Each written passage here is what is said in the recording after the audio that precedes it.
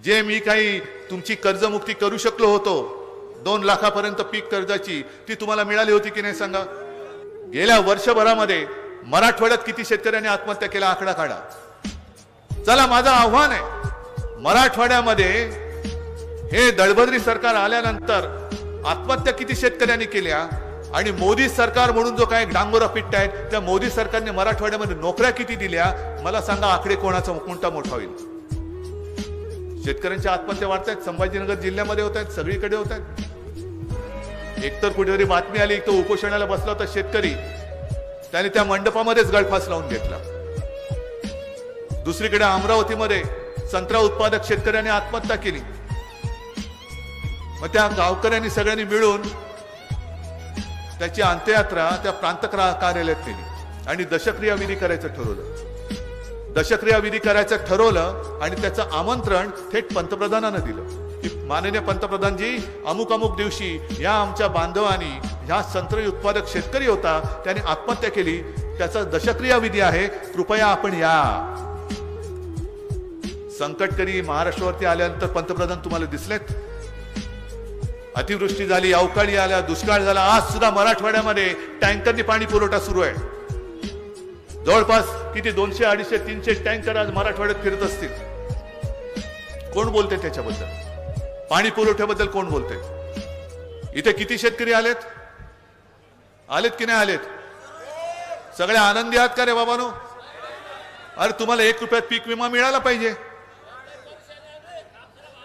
कापसाला भाव नाही, सोयाबीनला भाव नाही, सगळीकडे राज्यामध्ये जर बघितलं मोसंबीला भाव नाही, कांद्याला भाव नाही, गद्दारांना भाव आहे, पण जो इमानाने आपला अन्नदाता आहे त्या अन्नदात्याला तुम्ही त्यांच्या मेहनतीचा पैसा देत नाही। मग 14 वर्षापूर्वी तुम्ही जे काय सांगितलं होतं की आम्ही पिकाप्रमाणे शेतकऱ्याचा दर एकरी खर्च किती येतो ते काढू, कापसाला किती येतो, सोयाबीनला किती येतो, कांद्याला किती येतो, त्याच्यामध्ये 50% अधिक ऍड करू आणि ती जी काय रक्कम येईल ती आम्ही त्याला हमी भाव म्हणून देऊ। किती जणांना मिळालेत मला सांगा? पीक विमा तुम्हाला मिळाला नाही। अतिवृष्टी किंवा काय संकट आलं, अवकाळी आला, त्याची मदत मिळाली नाही। आपण जेव्हा होतो तेव्हा जिथे कुठे संकट आलं तेव्हा मिळाली होती की नव्हती हे सांगा। जे मी काही तुमची कर्जमुक्ती करू शकलो होतो 2 लाखापर्यंत पीक कर्जाची ती तुम्हाला मिळाली होती की नाही सांगा। संकट काळात तुमच्या सोबतीला आपण येत होतो की नव्हतं सांगा। मग हेच तर सरकार म्हणतात ना। मला पण जर का फोडायचे असते तर भाजपला मी फोडू शकत होतो, पण मला त्या नालायकांची गरज नव्हती कारण माझा तुमच्यावरती विश्वास आहे। अरे तुम्ही काय कराल? पक्षच फोडलेत ना, पण पक्ष तुम्ही निवडून आम्ही जे निवडून दिले ते तुम्ही फोडू शकाल, पण ज्यांनी निवडून दिले त्यांना कसं फोडाल? ते जोपर्यंत माझ्या सोबत आहेत तोपर्यंत आमची पानं आणि फळं तुम्ही घ्या पाहिजे तर, जी सडली असतील किडलेली असतील ती घ्या, पण माझी मुळं जी खालपर्यंत खोलवर गेलेली आहेत ती जोपर्यंत रुजलेली आहेत तोपर्यंत तुम्ही शिवसेना या वटवृक्षाला त्याचं काय एक पान सुद्धा वाकडं करू शकत नाही। आणि ही जी जाग मी आणण्यासाठी फिरतो, मी या सगळ्या आपल्या संवादाला कुटुंब संवाद म्हणतोय कारण मी तुम्हाला आणि तुम्ही मला तुमच्या कुटुंबातले एक मानता। अरे मुख्यमंत्रीपद येतं, मुख्यमंत्रीपद जातं, पण कुटुंबामधलं माझं स्थान हे तुमच्या कुटुंबातलं स्थान हे जोपर्यंत माझ्या मनामध्ये आणि तुमच्या मनामध्ये आहे तोपर्यंत मला ह्या पदाची काही आवश्यकता नाही, त्याची काही मला पर्वा नाही। तुम्ही माझ्यावरती जेवढं प्रेम करता हे त्यांना पाहवत नाही म्हणून ते आता आपल्या मागे लागलेले आहेत। तुम्ही तर सगळे आमदार पण इथला निष्ठावंत आहे, तुम्ही पण निष्ठावंत आहातच।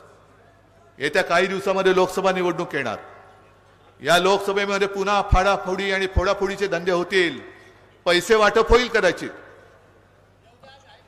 आणि मी जे प्रामाणिकपणाने सांगतो त्यांच्याकडे धनसंपत्ती आहे, माझ्याकडे जनसंपत्ती आहे। हे माझं भांडवल आहे, हे माझं वैभव आहे।